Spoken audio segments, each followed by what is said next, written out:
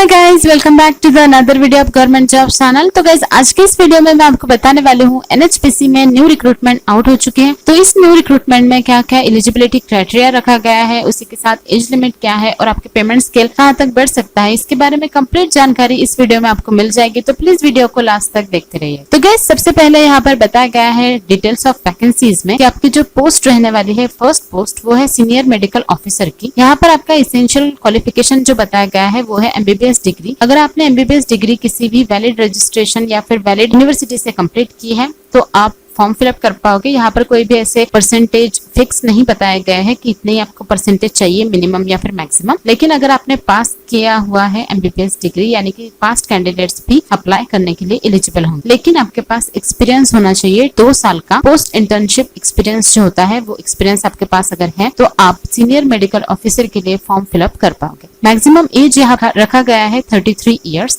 ये जो backlog vacancies है वो एससी के लिए, ओबीसी के लिए रखी गई है। एससी के लिए 2 है और ओबीसी के लिए 5। ये बैकलॉग वैकेंसीज और करंट ईयर की जो वैकेंसीज रखी गई है वो है ओबीसी के लिए 2 और यूआर के लिए 4। तो ऐसे टोटल 13 वैकेंसीज आपको इस पोस्ट के लिए देखने को मिलेगी। तो गाइस यहाँ पर जो पेमेंट स्केल होता है वो है 60,000 रुपीज से लेकर 1,80,000 रुपीज तक आपका पेमेंट जो है वो बढ़ सकता है। नेक्स्ट है असिस्टेंट राजभाषा ऑफिसर। तो यहाँ पर मास्टर्स डिग्री अगर आपने किसी भी रिकॉग्नाइज्ड इंडियन यूनिवर्सिटी से की है लेकिन आपका सब्जेक्ट जो था वो हिंदी विथ इंग्लिश था तो आप फॉर्म फिलअप कर पाओगे। लेकिन मास्टर्स डिग्री में आपके जो मिनिमम मार्क्स होने चाहिए वो 60% मार्क्स आपके मिनिमम होने चाहिए और इसी में आपके पास 3 इयर्स का एक्सपीरियंस भी होना चाहिए। पोस्ट क्वालिफिकेशन एक्सपीरियंस जो होता है इस रिलेवेंट फील्ड में वो आपके पास अगर है तो आप फॉर्म फिलअप कर पाओगे। यहाँ पर एज लिमिट जो बताई गई है वो है 35 इयर्स तक। बैकलॉग वैकेंसीज एससी के लिए, एसटी के लिए और ओबीसी के लिए रखी गई है। एससी के लिए 1, एसटी के लिए 1 और ओबीसी के लिए 5 वैकेंसीज यहाँ पर देखने को आपको मिलेगी।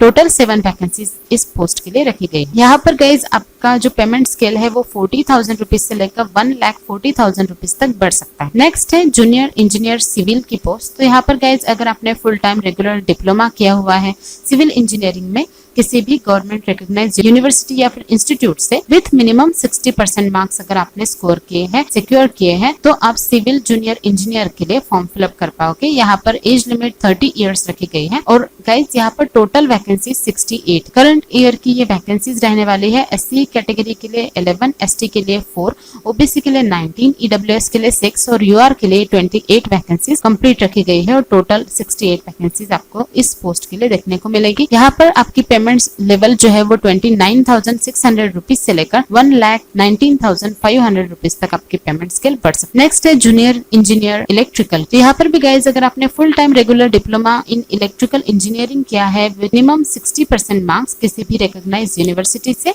तो आप फॉर्म फिलअप कर पाओगे जूनियर इंजीनियर इलेक्ट्रिकल। यहाँ पर भी सेम है, आपको एज लिमिट देखने को मिलेगी 30 इयर्स। टोटल वैकेंसीज जो रखी गई है वो है 34। ये बैकलॉग वैकेंसीज रहने वाले हैं गाइज, इसीलिए एससी के लिए 1 वैकेंसीज बैकलॉग वैकेंसीज में से ली है और करंट ईयर जो वैकेंसीज रखे गए हैं वो है एससी के लिए 4, एसटी के लिए 3, ओबीसी के लिए 8 एंड ईडब्ल्यूएस के लिए 3, यूआर के लिए 15। टोटल वैकेंसीज है 34। नेक्स्ट है गाइज अगर आप मतलब जूनियर इंजीनियर इलेक्ट्रिकल के लिए सिलेक्ट हो जाते हो तो आपके पेमेंट स्केल जो है 29,600 रुपीज से लेकर 1,19,500 रुपीज तक बढ़ सकता है। नेक्स्ट है जूनियर इंजीनियर मैकेनिकल की पोस्ट। तो यहाँ पर गाइज आपका सेम ही मतलब डिप्लोमा है, अगर आपके पास फुल टाइम रेगुलर डिप्लोमा है इन मैकेनिकल इंजीनियरिंग में किसी भी रिकॉग्नाइज्ड यूनिवर्सिटी से विद मिनिमम 60% मार्क्स तो आप फॉर्म फिलअप कर पाओगे। यहाँ पर 30 इयर्स आपकी एज लिमिट बताई गई है और टोटल वैकेंसीज जो है वो 31 है। करंट वैकेंसीज में ही कंप्लीट कैटेगरी के वैकेंसीज रखी गई है। एससी के लिए 5, एसटी के लिए 2, ओबीसी के लिए 6, ईडब्ल्यूएस के लिए 3 और यूआर के लिए 15। टोटल 31 वैकेंसीज आपको इस पोस्ट के लिए देखने को मिलेंगी। यहाँ पर 29,600 रुपीज से लेकर 1,19,500 रुपीज तक आपकी पेमेंट लेवल बढ़ सकती है। नेक्स्ट है गाइज सीनियर अकाउंटेंट की पोस्ट। तो यहाँ पर अगर आपने इंटरमीडिएट किया है सीए में और सीएमए में या फिर पास भी किया है आपने तो भी आप फॉर्म फिलअप कर पाओगे। 30 इयर्स की आपकी मैक्सिमम एज रखी गई है और टोटल वैकेंसीज 20 है। करंट ईयर वैकेंसीज में एससी 2, एसटी के लिए 2, ओबीसी के लिए 2 और ईडब्ल्यूएस के लिए 2 और यूआर कैटेगरी के लिए 12। ऐसी टोटल 20 वैकेंसीज आपको यहाँ पर देखने को मिलेगी।